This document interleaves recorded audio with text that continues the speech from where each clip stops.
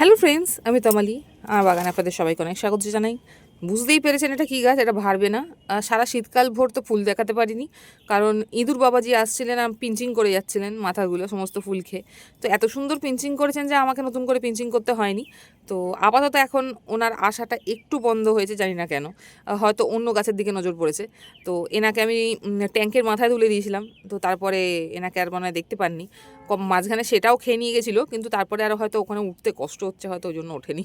তো আপাতত ফুলগুলো ফুটেছে, দেখুন কত সুন্দর ফুটেছে। ছোট্ট একটা জাস্ট একটা চ্যাপটা একটা গামলায় বসানো আছে, নর্মাল মাটি, বালি মাটি আর সিন্ডার মিশিয়ে, যেরকম অন্যান্য গাছের মাটি দেখিয়েছি সেমভাবেই বসানো আছে। আমি যখন মাটি বানাই সমস্ত গাছের জন্য একসঙ্গেই বানাই, আলাদা করে সেরকম কিছু বানাই না।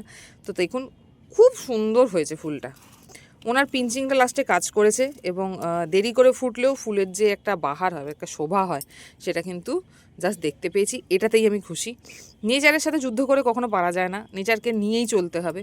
তো ইঁদুর এমনই একটা সমস্যা, ইঁদুর বলুন, পাখি বলুন, কাঠবেড়ালি বলুন, তো এরা থাকবেই। এদেরকে তো মেরে মারলে তো আপনার গাছ অলরেডি হবে না কোনো দিন, কারণ এটা প্রকৃতির মধ্যেই পড়ে, প্রকৃতির অভিশাপ সবার আগে লাগবে। তো এগুলোকে নিয়েই চলতে হবে। যেটা মনে হচ্ছে ইঁদুর নষ্ট করছে সেই গাছটা কম করে দিতে হবে, আমি যেটা করি। আর যে গাছটা মনে হচ্ছে ইঁদুর খাচ্ছে না, তো সেই গাছটা বেশি করে করতে হবে। লাস্ট মুহূর্তে তো আমার ইঁদুর বাবাজি আমার গোলাপ গাছকেও চিবিয়ে গেছে, কিন্তু কিছু করার নেই। আস্তে আস্তে এবার গরম পড়বে, এবার হয়তো ইঁদুরের মানে যে দৌরত্বটা সেটা কমবে। তো যাই হোক, হয়েছে। খোল পচা ছাড়া কিছু খায়নি এরা। এক্সট্রা করে আমি কিছু দিও না, ওই ব্যালেন্স এনপিকে আর খোল পচা আর ঠান্ডা জলের স্প্রে, এছাড়া আদারওয়াইজ এদের জন্য কিচ্ছু পড়ে না। তাতেই কিন্তু এটা সুন্দর হয়েছে, কোনো রকম কিচ্ছু না। হ্যাঁ, অনেকে বলবেন দিদি শুধু জলে কি করে হচ্ছে, শুধু কি তুমি জল দাও, তুমি মিথ্যে বলছো। অ্যাকচুয়ালি কিন্তু জলে কিন্তু হয়। আপনাদের ওখানে যে জলটা আছে সেই জলটা একবার টেস্ট করে দেখবেন সেই জলে কী কী মিনারেলস আছে এবং জলের পিএইচ লেভেল কত। যদি জলের পিএইচ সঠিক হয় গাছের জন্য, সত্যি বলছি আপনাদের গাছের জন্য কিচ্ছু লাগবে না। আমি তো মাটির নিচের জল, আমার সাবমার্সাল আছে, তো সেই জলই আমি দিই। তো ওর মধ্যে নানা রকমের মিনারেলস থাকে। তো আমি এক্সট্রা করে যে যদি গাছকে খেতে দিই, সেটা গাছের জন্য এক্সট্রা হয়ে যায়। তো ওই জন্য খোল পচা এখন আমি মাসে একবার করে দিয়েছি, কারণ আগে আমার সাবমার্সাল ছিল না, আমি নর্মাল টাইম কলের জল দিতাম। তো সেখানে কিন্তু অতটা মিনারেলস থাকতো না, কারণ ওটা গঙ্গার জল ফিল্টার করে আসছে। আর আমি এখন ডাইরেক্ট সাবমার্সাল মাটির ভৌম জল গাছকে দিচ্ছি, যার জন্য ওর মধ্যে নানা রকমের হয়তো মিনারেলস আছে। সেটা হয়তো আয়রন হতে পারে বা আদারওয়াইজ অন্যান্য কিছু হতে পারে। তো তার জন্য হয়তো গাছের গ্রোথ শুধু জলেই বাড়ছে। আমাকে অনেকে বলেছে দিদি তুমি খালি বলো শুধু জল দাও, শুধু জল দাও, খালি খোল পচার জল, এছাড়া সত্যি কি কিছু নেই, সত্যি কিছু নেই। কারোর যদি খুব খুব মানে মানে মনে হয় যে মিথ্যে কথা বলছি, সত্যি সত্যি আমার বাড়ির লোককে জিজ্ঞেস করে নেবেন, আমার বাড়ির লোকও সেমই বলবে। ও এক্সট্রা করে কিছু দেয় না, এক্সট্রা করে কিছু দেবার নেই। হ্যাঁ দিই কোনটাতে, গোলাপ গাছে দিতে হয়। গোলাপ গাছ যদি সিন্ডারে বসাই তখন কেমিক্যাল ইউজ করতে হয়, কিন্তু না, নর্মাল গাছে কিচ্ছু ইউজ করতে হয় না। খোল পচা, আপনার ব্যালেন্স এনপিকে, এই দুটোই যথেষ্ট, আর কিচ্ছু লাগে না। যত গাছ দেখছেন শুধু পেস্টিসাইডটা একটু দিতে হয়, কারণ পোকা ধরে। কীরকম পোকা ধরে আমি দেখাচ্ছি। এখানে দেখুন একটা জবা গাছ আছে, জবা গাছটা দেখুন অ্যাফিডস ধরছে।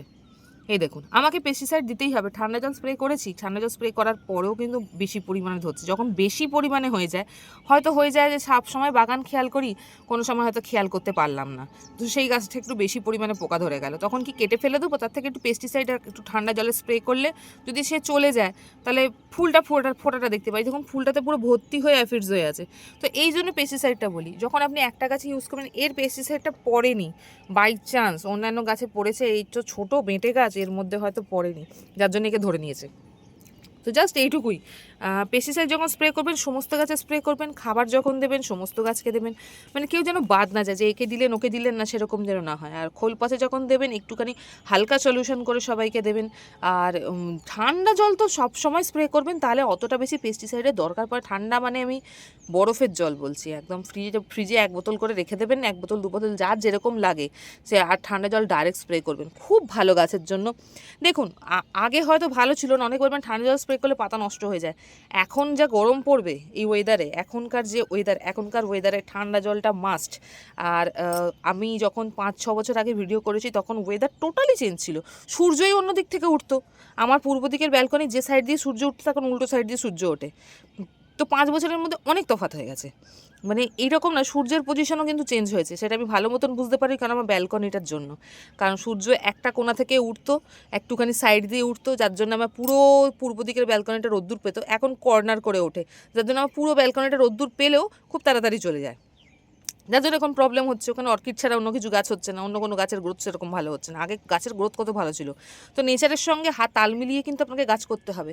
তো সেটা ভেবে নিয়ে আপনারা করুন, তাহলে আপনাদের সমস্ত গাছ সেম হবে। আগে বুঝুন যে নেচার কী চাইছে, নেচার কোন দিক থেকে উঠছে, কোন দিকে গাছটাকে রাখলে ঠিক হবে, কোন দিকে গাছটাকে ঠিকঠাক করে খেতে দিলে গাছটা ঠিকঠাক করে বাড়বে। আগে জায়গা পজিশান বুঝুন, তারপরে দেখবেন গাছ, যে গাছ ফেলবেন সেই গাছই ভালো হবে, সেই গাছে শুধু জল দেবেন সেই গাছও ভালো হবে। কিন্তু হ্যাঁ, সঠিক পরিমাণে জলটা সঠিক টাইমে দেবেন। মানে একদম জল টান হয়ে গেল, শুকিয়ে গেল, তারপরে দুদিন বাদে আপনি জল দিচ্ছেন, তখন কিন্তু গাছটা বেঁচে থাকবে এটা আশা করাটাও ভুল। তো জল মাটি শুকালেই দিতে হবে। খাবার মাসে একবার দিন কি সপ্তাহে একবার দিন, সপ্তাহে একবার দিলে আপনি ব্যালেন্স এনপিকে ইউজ করুন। খোল পচা সাধারণত মাসে একবার কি দুবার দিলে যথেষ্ট হচ্ছে এখন গাছের জন্য। আগে সপ্তাহে সপ্তাহে দিতাম, এখন তো দেখছি অতটা দরকার লাগছে না। তো জাস্ট যেটুকু কেয়ার করেছি সেটুকু বললাম। গাছটার দিকে মানে তাকালে আর মুখ ঘোরানো যাচ্ছে না, মানে এত সুন্দর দেখতে লাগছে। ট্যাঙ্কের মাথায় ছিল, নাবিয়েছি, নাবিয়ে ভাবলাম একটা ভিডিও করি। আমি নিজেই দেখতে পাচ্ছি না ট্যাঙ্কের মাথা থেকে, নাবিয়ে তাই জন্য ভিডিওটা করলাম। খুব সুন্দর দেখতে হয়েছে, কিন্তু ভারী হয়ে গেছিলো বলে হ্যাঙ্গিং করতে পারিনি, এই প্লাস্টিকের পটটা ভেঙে যেত, তার জন্য বসিয়ে রেখেছি। আগের বছরের প্লাস্টিকের পট, তো একটু মুড়মুড়ে তো হয়েছেই। তো যাই হোক, ভালোই হয়েছে, ইঁদুরের পিঞ্চিংও ভালো হয়েছে, কাজে লেগেছে। তো আপাতত এইটুকুই, আগামীকাল আবার দেখাবো অন্য কোনো গাছের ভিডিও নিয়ে। ভালো লাগলে অবশ্যই লাইক করবেন, কিছু জানার ইচ্ছা থাকলে কমেন্ট বক্সে জানান, যখনই সুযোগ পাবো বলে হেল্প করার অবশ্যই চেষ্টা করব। আগামীকাল আবার দেখাবো অন্য কোনো গাছের ভিডিও নিয়ে।